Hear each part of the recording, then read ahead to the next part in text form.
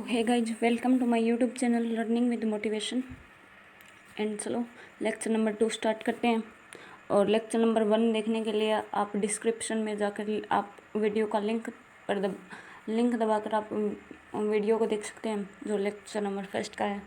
या हमारे चैनल को सब्सक्राइब कीजिए ताकि आपको आने वाली हर वीडियो का नोटिफिकेशन मिल जाए।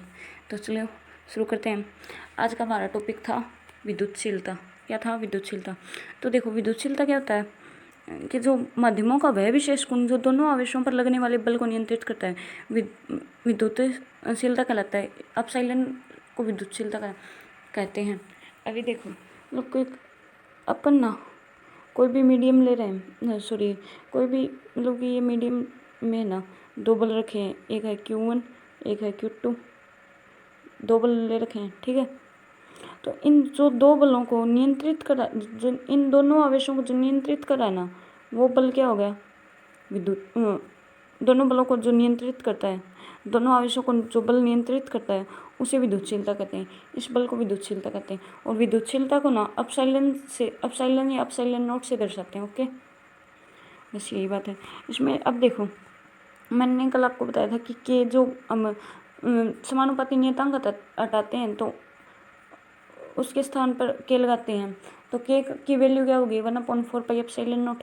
तो मैंने कल आपको एक बार एप्सिलॉन नॉट की वैल्यू बता दी थी, वो 8.85 है ना, समथिंग है 10⁻⁻12 ऐसी ही है, यही वैल्यू है। तो एप्सिलॉन नॉट का मान जब हम इसमें रखेंगे तो अभी देखो के की हमारी वैल्यू कितनी आ जाएगी? 1/4 पाई, और जो एप्सिलॉन नॉट का मान रखते हैं जैसे 8.85 10⁻⁻12 है, ठीक है। वो हम रखें ना तो इसकी के की जो वैल्यू आएगी वो क्या आ जाएगी? 9 × 10⁻9 आ जाएगी। तो इसी प्रकार से हम इसे सोल्व कर सकते हैं। एप्सिलॉन नॉट का मान मैंने कल आपको बता दिया था, जब हमें इसमें के की जो वैल्यू रखेंगे तो उससे एप्सिलॉन नॉट का मान आ जाएगा, ठीक है। और अब इसकी विमा मतलब जो एप्सिलॉन नॉट का मात्रक होता है ना, वो होता है coulomb square newton metre square होता है, इससे आ जाएगा, ठीक है। चलो अब नेक्स्ट देख लेते हैं। अब इसकी विमा देखो, कूलम्ब के होते हैं A² T², न्यूटन के होते हैं M1 L1 T-2 और M² यानी कि L2। तो देखो इसे हम क्या लिख सकते हैं? ये मिट रहा है क्या?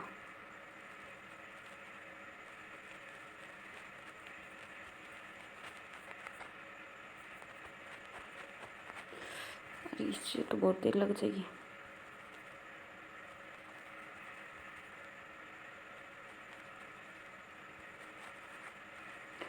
मिट जाओ,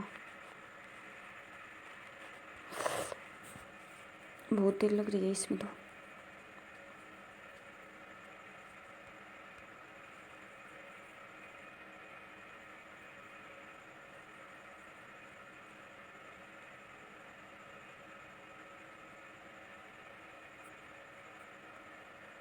चलो देख लेते हैं ऐसे।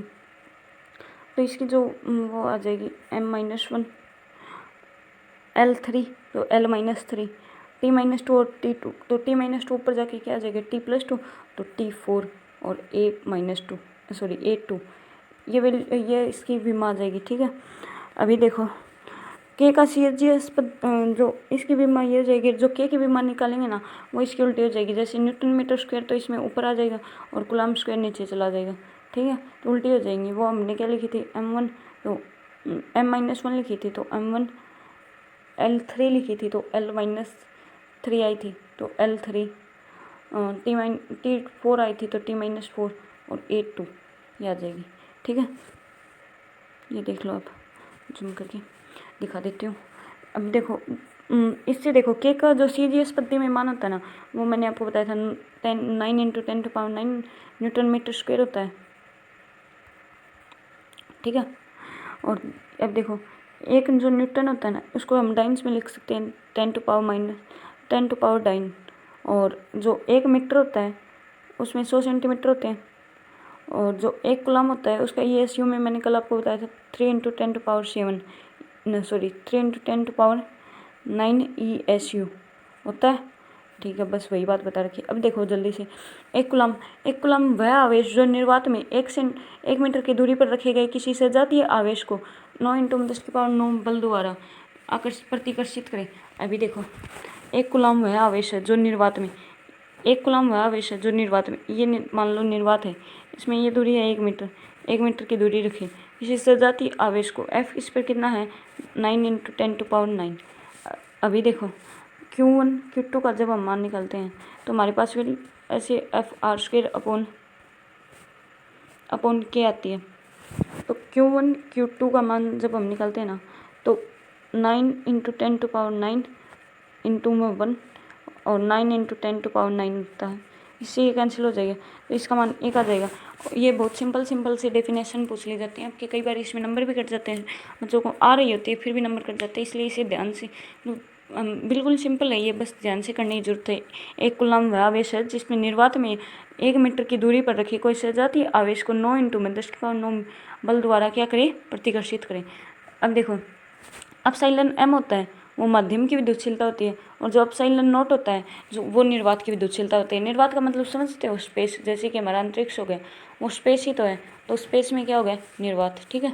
और EM यानी कोई भी माध्यम ले लिया। परावैद्युतांक क्या होता है कि माध्यम की जो विद्युतशीलता होगी और जो निर्वात की विद्युतशीलता होगी उनका अनुपात, जैसे माध्यम की विद्युतशीलता है एप्सिलॉन m और निर्वात की विद्युतशीलता है एप्सिलॉन नॉट, और परावैद्युतांक को हमने माना एप्सिलॉन r। तो जो एप्सिलॉन r की वैल्यू क्या होगी, epsilon m upon epsilon n, यानी माध्यम की विद्युतशीलता तथा निर्वात की विद्युतशीलता के अनुपात के बराबर होगी। तो देखो, माध्यम की विद्युतशीलता को भी हम इससे निकाल सकते हैं, परावैद्युतांक गुणा निर्वात की विद्युतशीलता निकाल सकते हैं। ऐसे ही निर्वात में लगने वाला जो कूलम्ब बल है ना, वो माध्यम में लगने वाले कूलम्ब बल की तुलना में जितना गुना अधिक होगा उसको आपेक्षिक विद्युतशीलता अथवा परावैद्युत, जैसे निर्वात में लगने वाला जो परावैद्युतांक है, जैसे एप्सिलॉन नॉट में लगने वाला जो कूलम्ब बल है, ठीक है, एप्सिलॉन नॉट में लगने वाला, माध्यम में लगने वाला जो कूलम्ब बल, माध्यम में लगने वाले कूलम्ब बल के, निर्वात में लगने वाला जो कूलम्ब बल है वो माध्यम में लगने वाले कूलम्ब बल की तुलना में एप्सिलॉन r गुना अधिक होता है। तो ये जो एप्सिलॉन r होगा ना वो किसकी वैल्यू, वो परावैद्युतांक हो जाएगा, ठीक है। अभी तो चलो आगे देख लेते हैं। जो निर्वात में कूलम्ब बल होता है वो क्या होता है, जैसे निर्वात में अपेक्षिक विद्युतशीलता क्या होती है, एप्सिलॉन नॉट, वैसे ही इसमें हो गया F0।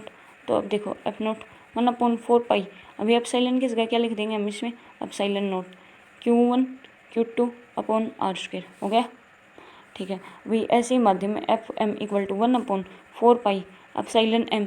अभी देखो एप्सिलॉन m का हमारे पास वैल्यू कितनी आई थी, epsilon not into epsilon r, वही रख देंगे epsilon not into epsilon r। वैसे आप चाहे तो इसमें एप्सिलॉन m भी रख सकते हो, कोई दिक्कत नहीं है, लेकिन यदि आपको न्यूमेरिकल पूछ लिया जाए एप्सिलॉन नॉट और एप्सिलॉन r की वैल्यू दे रखी हो और एप्सिलॉन m निकालना हो तो आप उन दोनों का गुणा कर देना, उससे वो आपका आंसर आ जाएगा, ठीक है। एप्सिलॉन r क्या है, निर्वात में आवेशों के मध्य जो बल होगा ना वो एप्सिलॉन r से डिनोट करेंगे, और जो एप्सिलॉन m होगा वो माध्यम में आवेशों के मध्य जो बल होगा ना उससे डिनोट कर देंगे। अब देखो, परावैद्युतांक एक विमायन राशि है, विमायन का मतलब समझते हो कि इसके में मतलब कोई मात्रक वगैरह नहीं है। अभी देखो, जो परावैद्युतांक है यानी कि जो एप्सिलॉन r का मान है, और जैसे कोई भी पदार्थ ले लिया हमने, हवा ले ली, हवा का परावैद्युतांक कितना हो जाएगा 1.0। ये इंपॉर्टेंट्स, ये जितने भी ना ये आपके इंपॉर्टेंट्स हैं, ध्यान से कर लेना। तो हवा का क्या हो गया 1.00059, ओके। कांच का कितना हो गया 5 से 10, और अभ्रक का कितना हो गया 3 से 6। अशुद्ध जल का सबसे ज़्यादा होता है भाई, ध्यान कर लेना, 80 सबसे ज़्यादा होता है, 80। पैराफिन मोम का 2 से 2.5 के बीच में निर्वात जो है उसका सबसे कम होगा 1 यानी कि 1, और जो ग्लिसरीन होगा वो उसका होगा 42.5, रबड़ का 7, ऑक्सीजन का 1.00052, और सूचक तांबे का क्या होगा अनंत, ठीक है। अभी देखो कूलम्ब के नियम का सदिश निरूपण देख लो। यदि देखो ये मतलब कि दो आवेश हैं Q1 और Q2, यदि ये Q1 Q2 पर बल लगाए तो इसे हम लिखते हैं, मतलब सदिश निरूपण निकल तो आवेश Q2 द्वारा, मतलब Q1 से Q2 पर अगर बल लगाए तो हम लिखते हैं 2 1, ठीक है। Q1 से Q2 पर यदि बल लगाए, और इसका सदिश निरूपण देखो 1/4 एप्सिलॉन नॉट, इसको जेटेज रखेंगे और इसको क्या कर देंगे Q1 Q2 अपॉन r² लिखते हैं। तो r² की जगह क्या हो जाएगा r² 2 1, और फिर वो कैप के साथ में R21 हो जाएगा। अब यही बस इसके स्थान पर क्या हो जाएगा,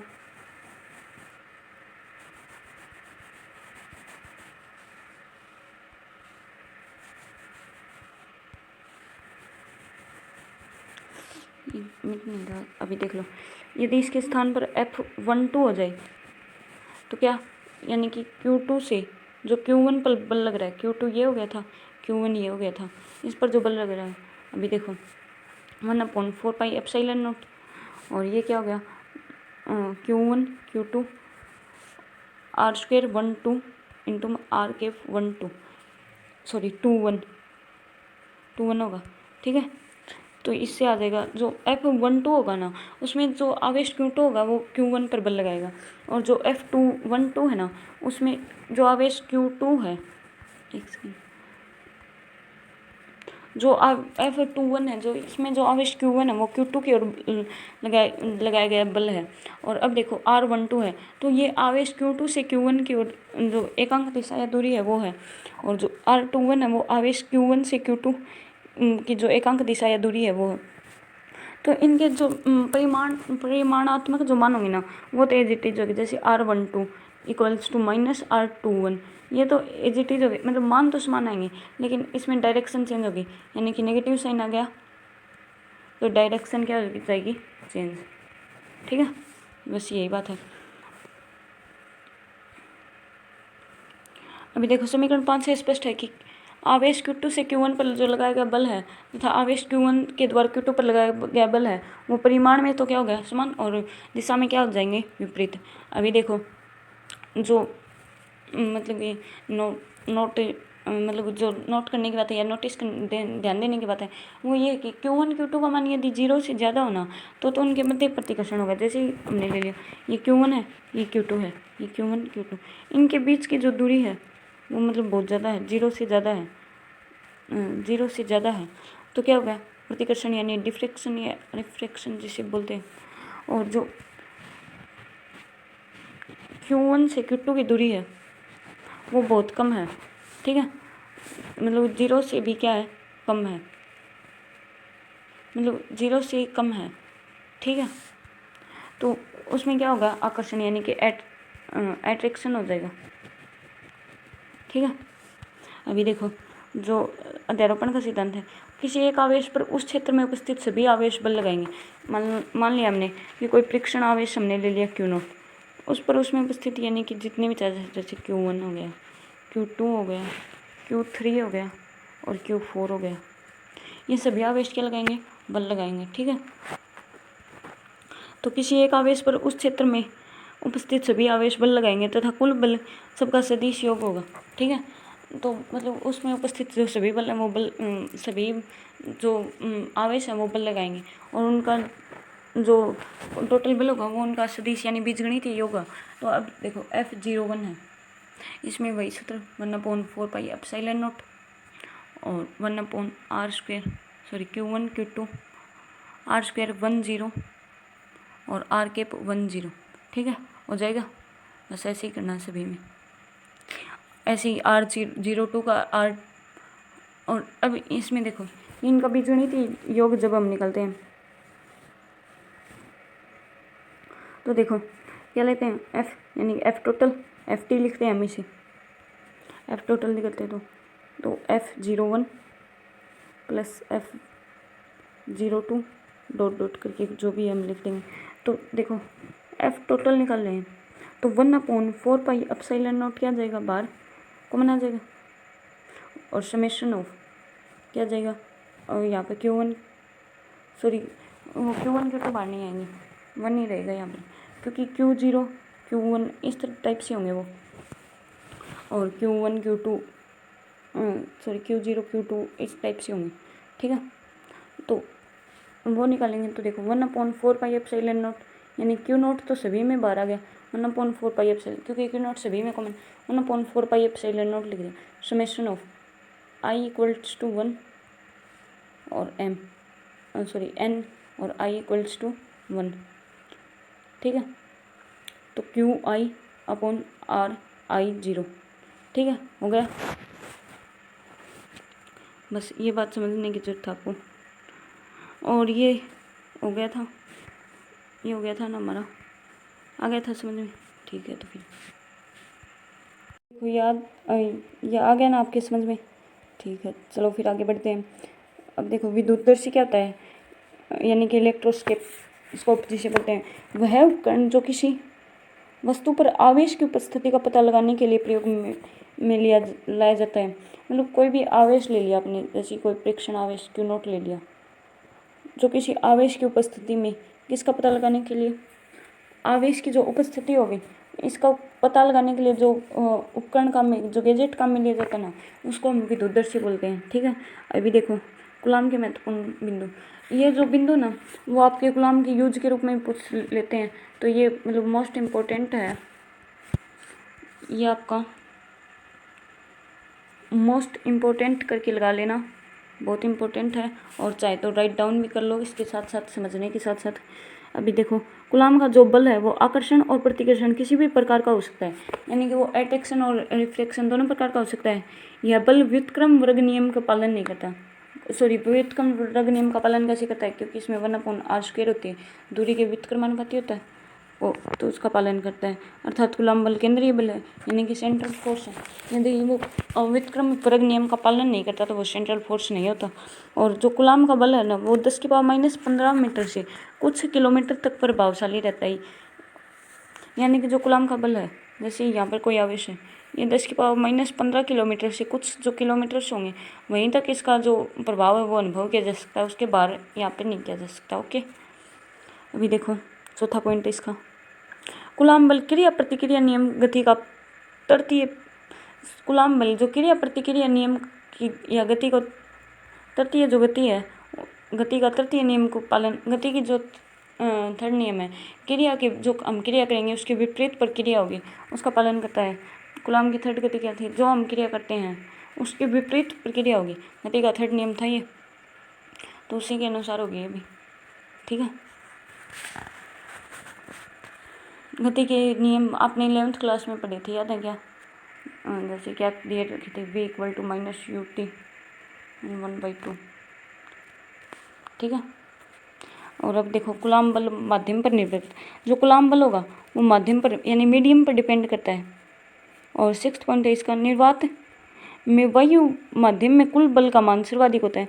जो निर्वात हो गया उसमें जो वायु माध्यम है ना उसमें कूलाम का बल क्या होता है, को मान है ना सर्वाधिक होता है, क्योंकि निर्वात अथवा वायु के लिए परावैद्युतांक को मान, क्योंकि जो निर्वात हो गया या निर्वात के लिए परावैद्युतांक का जो मान होगा ना वो 1 होता है, हमने पढ़ा है। इसके विपरीत सुचालक अथवा धातुओं के लिए कूलाम बल का मान क्या होता है, 0, यानी कि अनंत होता है, तो 0 होता है, क्योंकि सुचालक अथवा धातु में परावैद्युतांक का मान क्या होता है, अनंत होता है। और कूलाम बल का मान क्या हो जाएगा, 0। ठीक है, चलो नेक्स्ट हम कल करते हैं।